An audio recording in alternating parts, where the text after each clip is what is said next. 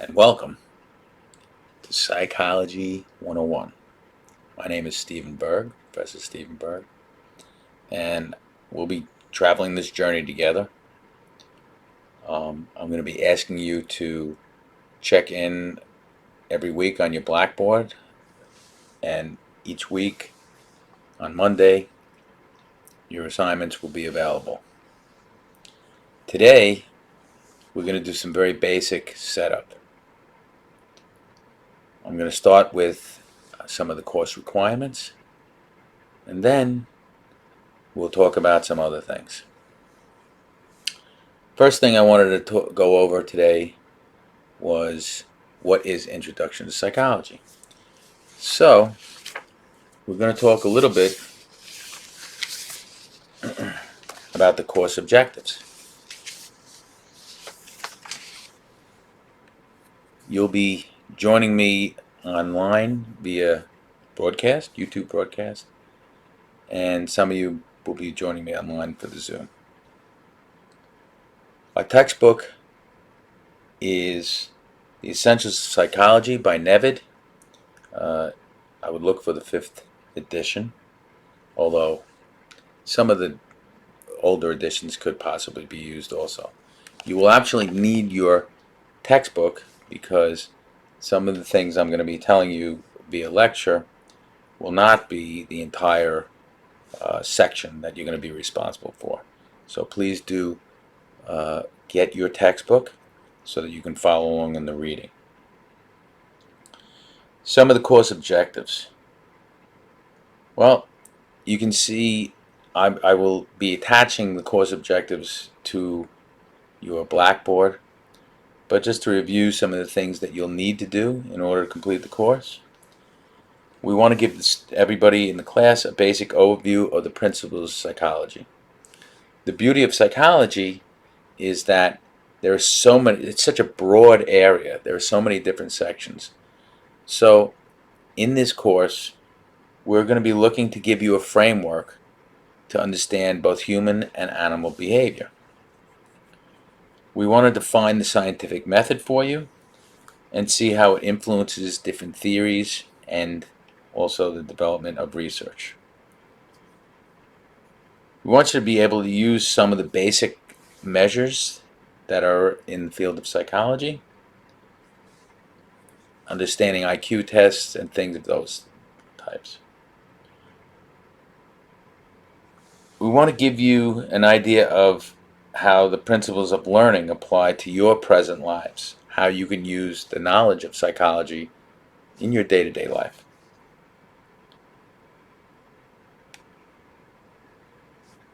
We want to provide you with updated articles, so I'll be assigning you articles that you'll see in your assignment section on Blackboard, and you'll be responsible for reading the articles and also writing a response to the articles. We want to give you a foundation of child development and how it relates to your adult behavior, to give you a better understanding. And we want to give you a basic framework in case you want to continue your studies in psychology, which, by the way, I highly recommend. So we're going to be doing a lot of different things in the class. I know it's not probably the best form for a lot of people. We're all going to have to get used to online learning and hope that due to the COVID situation, we make as many adjustments as we can, and hopefully soon, someday, we'll get back to in-class learning, because that's probably the best way to do it, but for some people, online learning may work very well. So Intro to Psychology is Sci 101, so you should be looking at the proper, make sure you're in the proper course. I had someone come in last semester to the classroom and sat through about an hour of the opening lecture and then said, I'm supposed to be in chemistry. Probably not a good thing to do. So if you're supposed to be in chemistry, go. Otherwise, stay. And hopefully you're going to enjoy the journey. Before I review our syllabus and what kind of topics we're going to be covering, I'd like to give you a little bit of a background on where I'm coming from. First of all, you should know that my email is BERGS, that is Bergs, at SUNY-Suffolk.edu. Please feel free to email me at any time. I will check my emails minimally once a day during the semester, usually in the afternoon, and I will try to respond to you as best as I'm able to. All of your coursework will be activated the Monday of the week that you are supposed to be there, and you'll sign in and get your assignments and your YouTube video for the week. Now, as I said, I'm going to give you a little bit of my background, just so you know who's in front of you in the camera, from beautiful downtown Colorado Rockies. Not really, but at least I'm giving you the background so you can be very serene during this time. So, my background is quite varied. I've been working in the state mental health system on and off for the last 30 some odd years. And I started my journey at the state as a psychologist in the system, and I worked my way up to middle management, and now currently I'm the director for operations at the hospital. Pilgrim Psychiatric Center is across the street from the Grant or Brentwood campus of Suffolk Community College. There I have seen the inpatient population go from approximately 1,500 when I started in the 80s, 2000, to our current census of 273 inpatients. I'm also responsible for supervising approximately 200 residential patients who have been discharged. So I have had quite a bit of experience in the mental health field, which I'll be telling you about hopefully as we go along. And I also have worked in the developmentally disabled population. I've worked with autistic children. I've worked with elderly clients. I've worked pretty much across the spectrum with any disabled population that you could envision. At the hospital, we treat all types of disorders, from schizophrenia to bipolar disorder to depression to foreign body ingestion, eating disorders, substance use disorders. We have a wide spectrum of disorders that we treat at the hospital. I've been teaching here at Suffolk for, I don't know, probably over 30 years also. And this course, Psych 101, I started teaching at Adelphi, went to Farmingdale, and then I ended up at the Grand Campus for Suffolk Community College. And I've been here for, like I said, a little over 30 years now. So I've been doing this for quite a while. Not online. Last semester we had half of our semester online. So you'll bear with me, and hopefully I'll bear with you as we both sort of navigate the post-COVID world, if you will. So I'm going to now talk to you a little bit about some of the topics that you're going to see. And I think that this would be a good time for you to look through the book if you have it. If not, like I said, make sure you order it and get it as soon as possible, because you will need the book to back up whatever you're doing. So the class work starts on Monday, 9/14. That's considered the first day of class for the Monday evening classes. All of our classes will be considered Monday classes, as that's when we're starting. The work will be opened up in your Blackboard accounts. On 9/14, you'll be looking hopefully at this introductory video, and I'll be going over more of an introduction a little bit later on in your video. The next week will be 9/21, and we go straight through to psychology and science at that point in time. And then, whoops, I'm bouncing around here a little bit. On 921, we'll be talking about psychology and science. Then we go to, on 928, you'll have the chapter for sensation and perception will be open. Following that, we'll be doing learning. Learning, very important part of your course. We'll be doing learning on 928, on 10.5, we'll be doing learning in the classical conditioning mode. And then the following week, on 10.12, you'll be doing learning in the operant conditioning mode. And then we'll be talking about, on 10.19, we'll be opening the chapter on social psychology. On 10.26, we'll have your first quiz, and that will be an online quiz, obviously. And so you'll sign in to get that. On the following week, on 11.2, hopefully I'll have the results for your quiz for you. And then we'll be talking about lifespan psychology. That used to be child psychology, so that'll include basically everything from birth to death and everything in between. On 11.9, we'll be talking about personality theory, and that's a longer section, so since we'll be reviewing quite a few theories, we'll be doing that on both 11.9 and 11.16. We'll be doing personality theory. And then on 11.23, we'll be doing mental health disorders.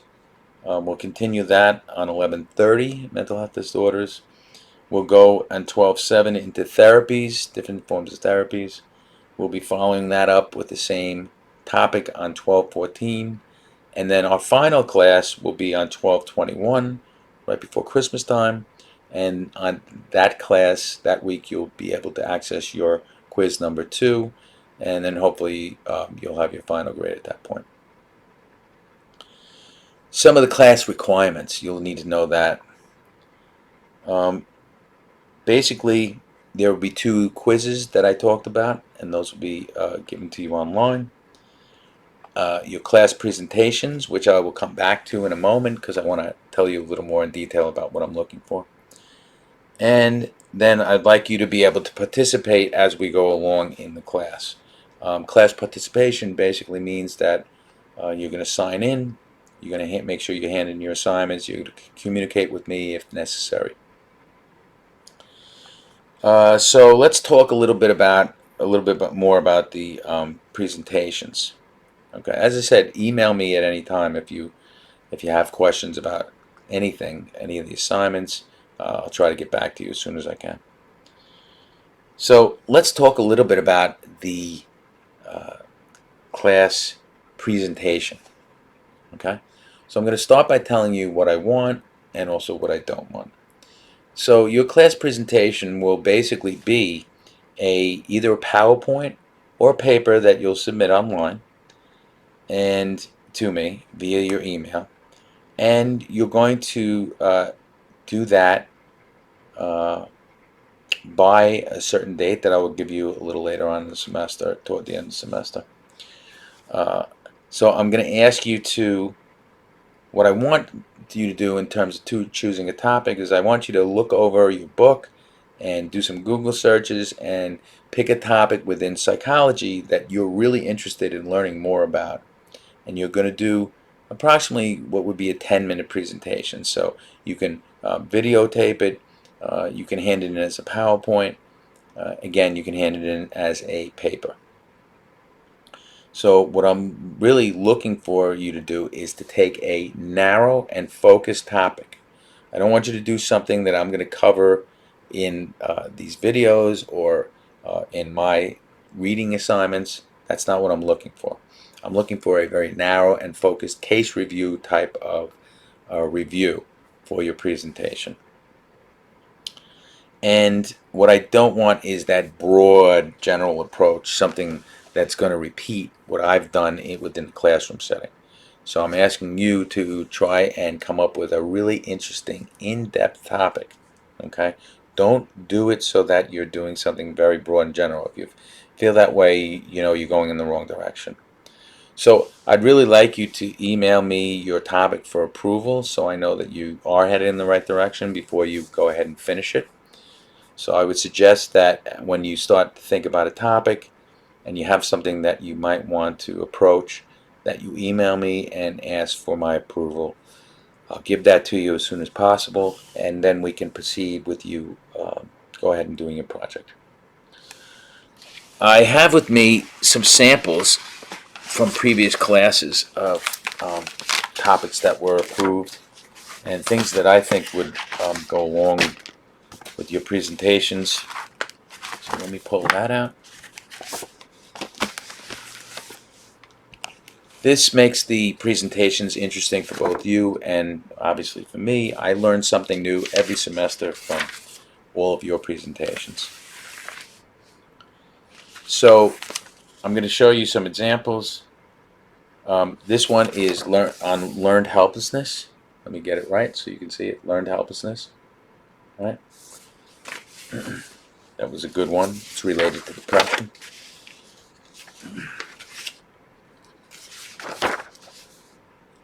This topic was the emotional and social impact of foster care. Now, I don't know if you can see this one, but at any rate, this presentation was a woman who was engaged in foster care. She had taken care of 12 foster children at one time or another, and very interesting topic about the psychological impact. While we're on the idea of psychological impact, I want you to make sure that you gear your presentations to the topic of psychology. One time, in a class not too long ago, I had a woman that wanted to talk about the psychology of gardening. Now, gardening can be a very restful thing. It can be something that engages you in mindfulness. So I approved the topic because I thought she would steer it around to psychology. Unfortunately, what happened was she was talking about planting gardenias. That does not relate to psychology. So I'd really like you to make sure that if you're doing a topic that has some general concepts to it, that you concentrate on the psychological aspect of your topic, okay, in order to be correct about it. Let me continue on and give you some other possible topics from past classes. This one was on children and lack of sleep. That's an important variable that people sometimes overlook. This particular topic, does aging definitely affect memory? Some of the answers might surprise you about that. This presentation was growing up without a father. What's the effect of growing up without a father? What were the differences psychologically that this person noticed? Sleep deprivation and how it can lead to health problems. I think that's a really important one too. Again, sleep is very, very important. Music therapy. Music therapy and how that can help someone with psychological disabilities. Here's a topic that I get at least once a semester. I'm sure some of you will be interested. Serial killers. What are the concepts and thoughts behind someone who develops as a serial killer? Here's one on binge eating disorder. This was a case study for someone who actually had binge eating disorder and wanted to report about it.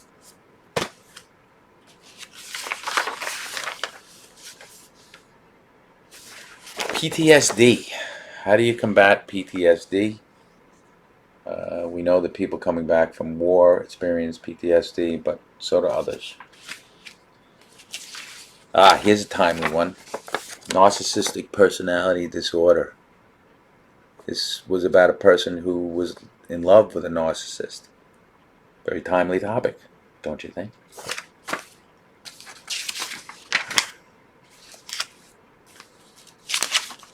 Here's a presentation on sleepwalking. Sleepwalking. What can happen during sleepwalking?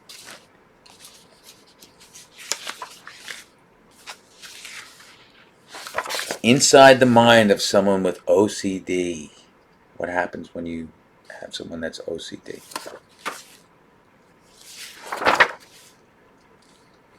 Social anxiety. Something that afflicts a lot of young people today. They have a fear of interacting with others, aren't efficient at it.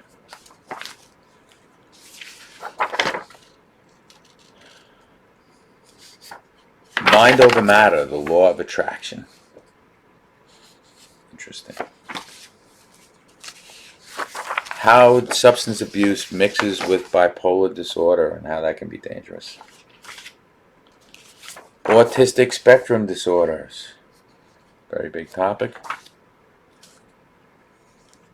Adult children of alcoholics. What happens to adult children of alcoholics? How do they develop? How is their personality affected?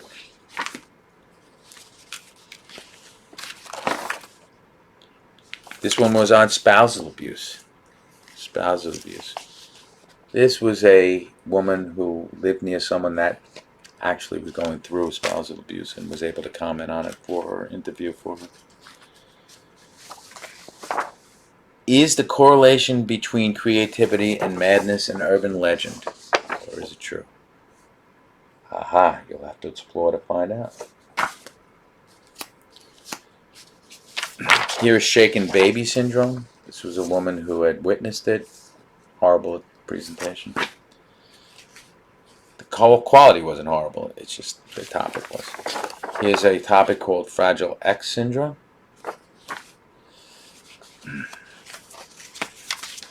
Fetal alcohol syndrome.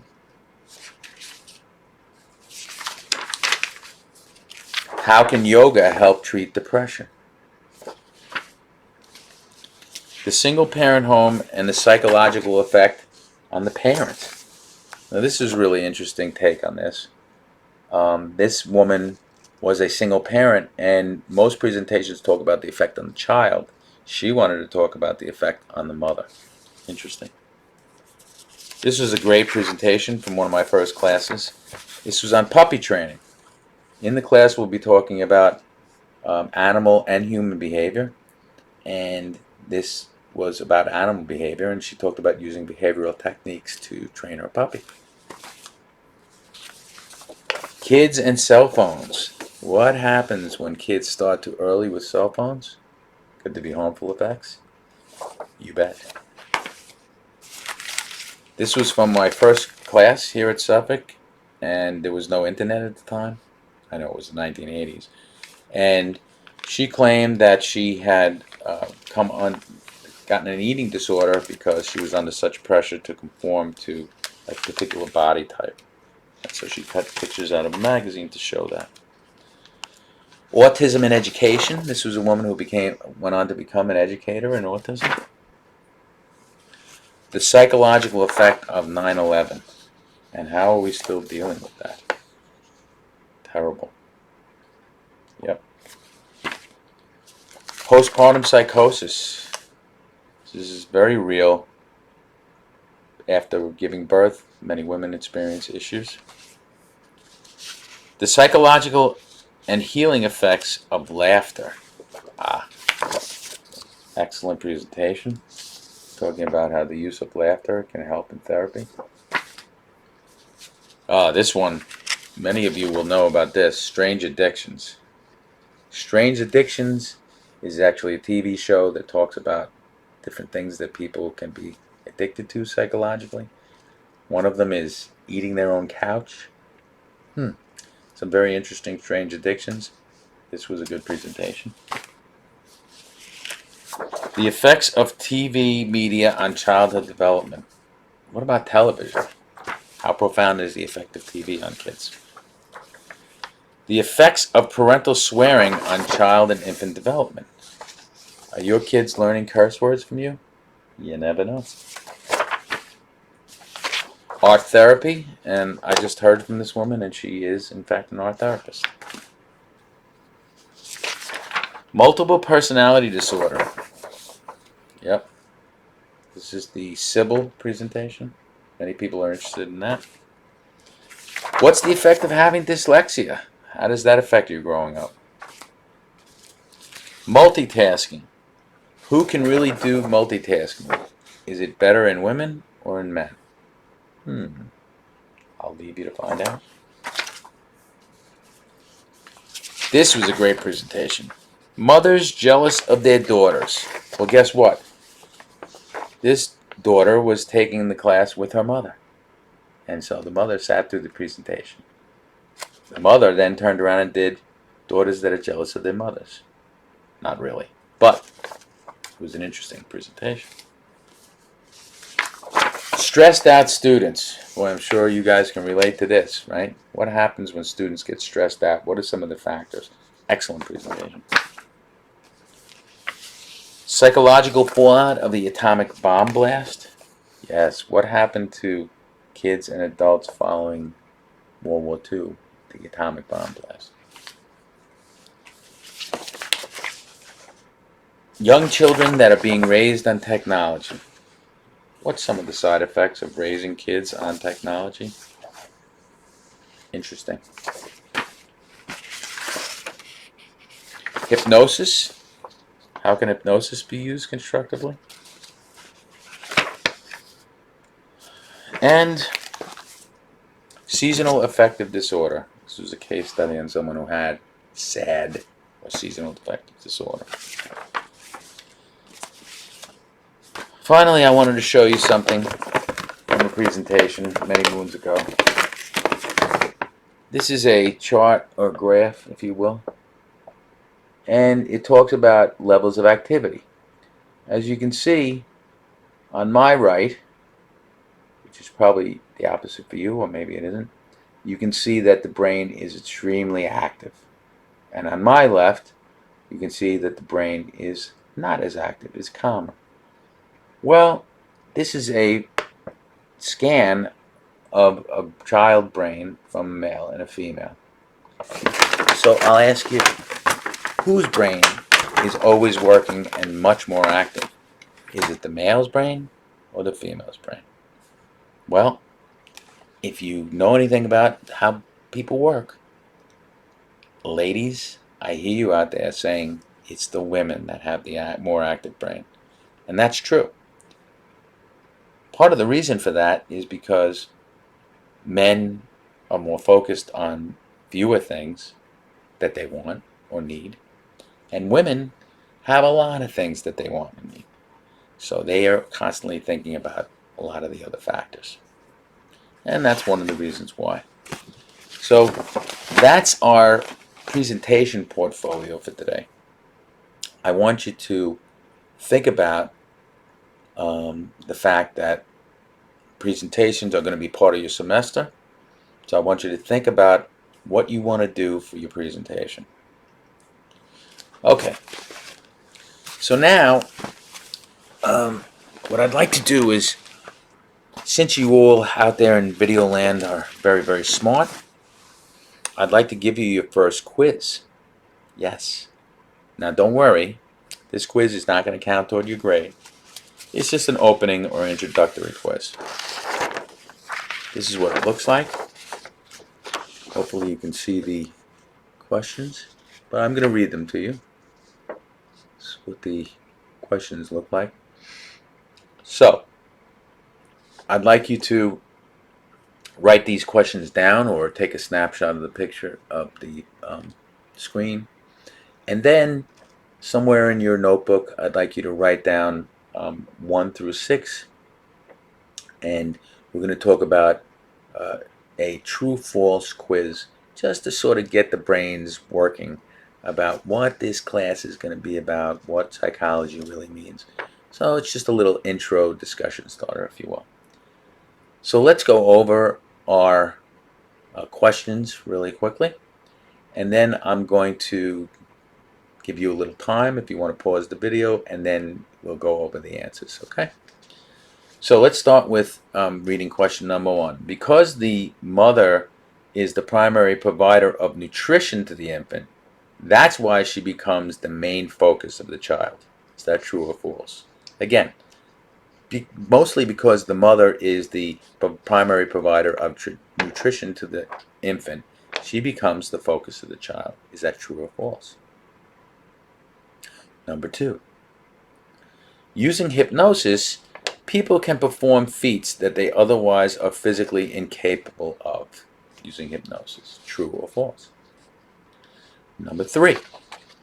The ego operates on the pleasure principle. The ego operates on the pleasure principle. Is that true or false? Number 4. B.F. Skinner raised his daughter in a Skinner box. He put his daughter and raised her in a Skinner box. Number 5. About 50% of children fall into the normal range of intelligence on IQ tests. Is that true or false? And finally, number 6. IQ scores rarely have a predictive value on how well children will perform in school. IQ scores rarely have a predictive value on how a child will perform in school. Is that true or false? Okay, so now I'm going to give you a minute. And in that minute, I want you to either stop the tape and answer the true false questions, and then we're going to go over each one of the questions.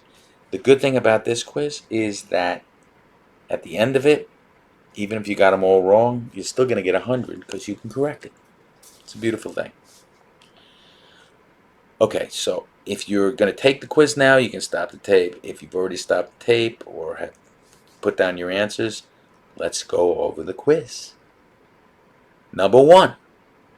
Because the mother is the primary provider of nutrition to the infant, that's why she becomes the main focus of the child. Well, for those of you who were clever about this, the answer is false. Why is the answer false? Well, we're going to do some studies about child development a little later on in the semester. And you're going to see some videos on a study by a man named Harry Harlow. Harlow was a research psychologist back in the 50s and 60s.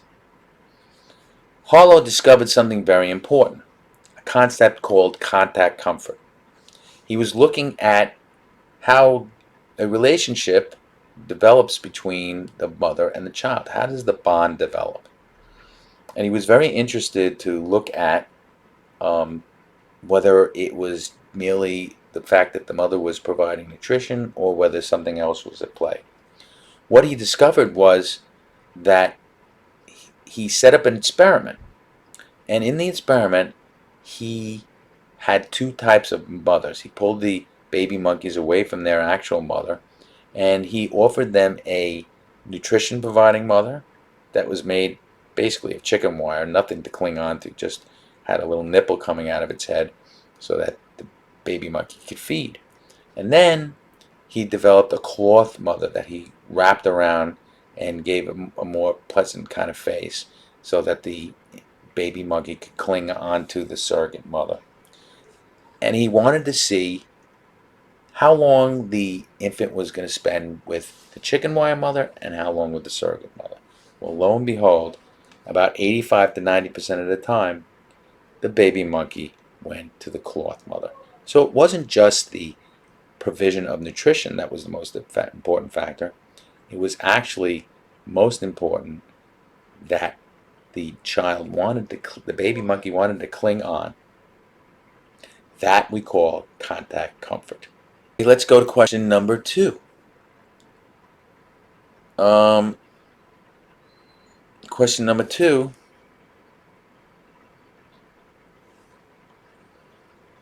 has to do with the use of hypnosis. By using hypnosis, people can perform feats that they otherwise are physically incapable of performing. The answer to that one? Well, again, it's false. How do we know this? Well, hypnosis, by the way, is hypnosis real or is it just pretend or fake or, is it something people make up? Answer? No, hypnosis is very real. In fact, the American Psychological Association recognizes hypnosis as an accepted technique in order to work with weight loss and pain and concentration and a bunch of other things. So the bottom line is using hypnosis is an accepted way of doing therapy. Many people use this in a productive manner. But hypnosis doesn't mean that you get super strength or superpowers. Basically, the reason that you are able to do things that you wouldn't normally do under hypnosis is a concept called disinhibition. The hypnotist is taking away the consequences of your behavior. In your mind, he's telling you, don't worry about any of the consequences. Just relax and do what you feel, right? So if I hypnotize someone and I say, now come up in front of the class and bark like a dog, they're capable of doing it, but they wouldn't normally do it because of the social consequence. However, if you're hypnotized, you don't think about the social consequences. You just go and do what you're capable of doing. So hypnosis, very real, does not give you superpowers, just disinhibits you. Why are we so inhibited? Well, inhibition is not a horrible thing. Why do I say that? Because we as humans need some degree of inhibition. Otherwise, we'd have rioting and naked people all over the street. There would be a lot of disorder in our society. So instead of that, we have some inhibition that holds down our desire to just run around wildly and do whatever we want to do. That's okay. However, sometimes the inhibition goes to the extent where it's really stopping us from doing things that we want to enjoy. Someone who is too inhibited can't enjoy an activity, and that takes away from a quality of life. So, the hypnotist is going to help us to disinhibit, right? They're going to take away the fears, they're going to allow us to focus on something more exactly. And it's kind of like, let's say you're at a party, right? And you want to go over and talk to that person you think might be attractive or might just want to know them better. And you say to yourself, I'd really like to go over and ask that person a question or ask them if they want to dance or whatever. But you inhibited from doing it because of the potential social consequence. So what do? Well, if you're at a party and there's something available to help you feel a little more relaxed, aka the margarita or something along those lines, then you have a little drink and it disinhibits you. It allows you not to care as much about the social consequences. That's the same thing the hypnotist is doing. They're taking away the penalty for the social consequence. But they do not give you superpowers. So the answer is false. Let's go on to number 3. Number 3, the ego operates on the pleasure principle. The answer to that? False again. The ego is actually a Freudian term from psychology. Freud talks about 3 different aspects of your personality: the id, the ego, and the superego. 3. Here you go. So, out of these different portions of the personality that help us to formulate who we are, according to Freud, there is the one part he calls the ego. The ego actually, in Freud's theory, operates on the reality principle. Reality means that it's the conscious part of your personality that does try to control some of the behaviors that are boiling underneath, right? As far as the pleasure principle is concerned, we'll learn later that it's the id that operates on the pleasure principle. The ego operates on the reality principle. Well, have we noticed the pattern here yet? Let's talk about number 4. Hi, so we're back to number 4. Number 4 is B.F. Skinner. Burris Frederick Skinner raised his daughter at certain times in a Skinner box. Is that true or false? The answer is false again. Now, B.F. Skinner did invent something called the Skinner box. Skinner box was used for experiments, mostly his experiments with rats and pigeons.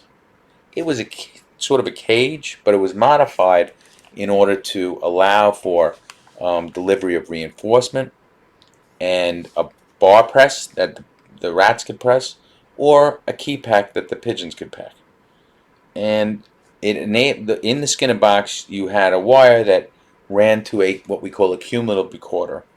That recorder recorded, it looked kind of like a Geiger counter with ups and downs, and it recorded behavior patterns, and it told us whether the bar pressing was going faster or slower, or there were pauses in between, all of these factors.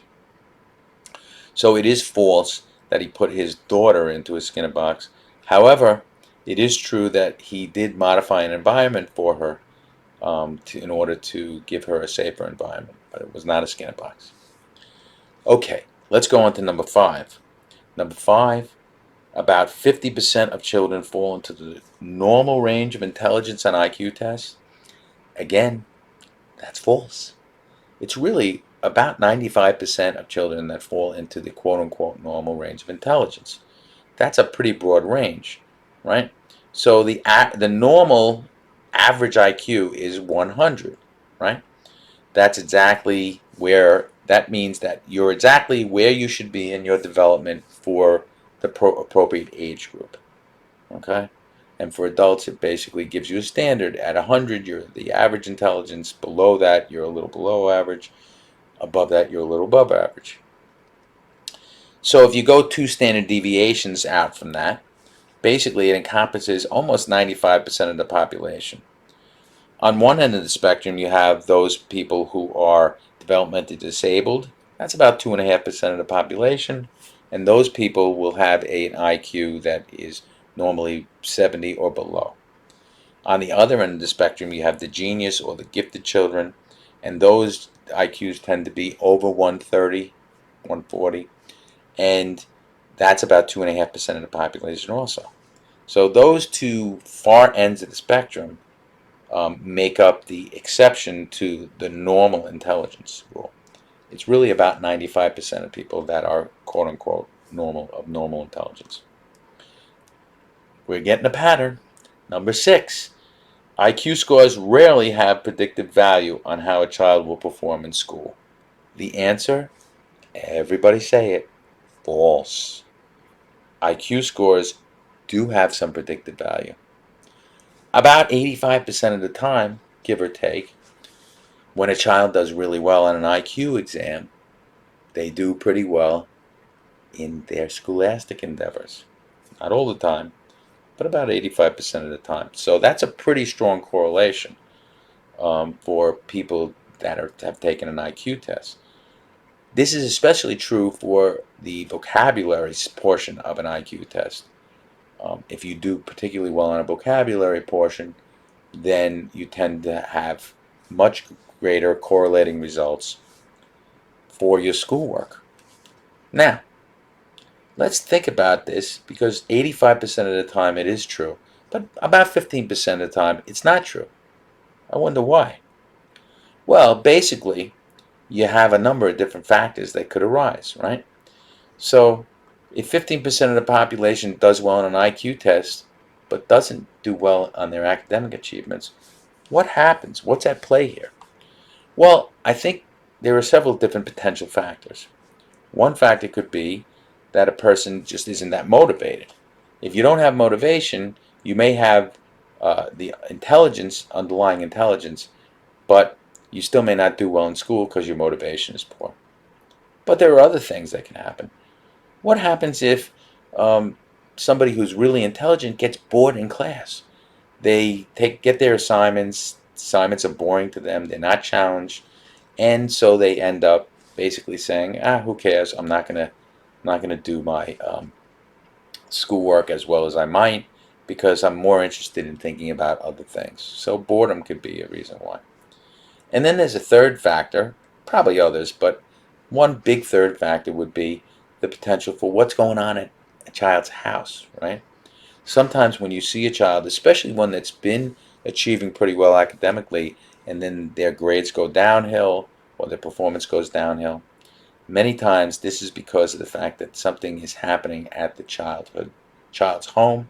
It could be parental divorce, it could be some form of abuse, it could be the loss of a parent. There's a lot of different potential factors that are involved, but certainly you would say that the number 6 is false at any rate.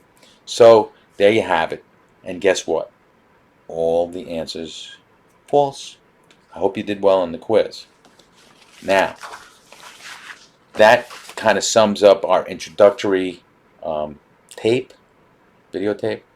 So I'd like you all to make sure that you're reading chapter 1 so we can get going, because the next tape that you see is going to cover some things out of chapter 1, probably some things out of chapter 2. So I would read both chapters, and I'm going to ask you some questions about them. Psychology is a journey. In these times, it's really good for everyone to take an inventory of their mental health, how they're surviving, how they're doing. And this course hopefully will help you to gain some insight into what's going on in your lives. And hopefully will give you some techniques you can use in order to be able to get through this very, very difficult time. Thank you for your time and attention. And I'll see you again down the road real soon for number 2. Take care.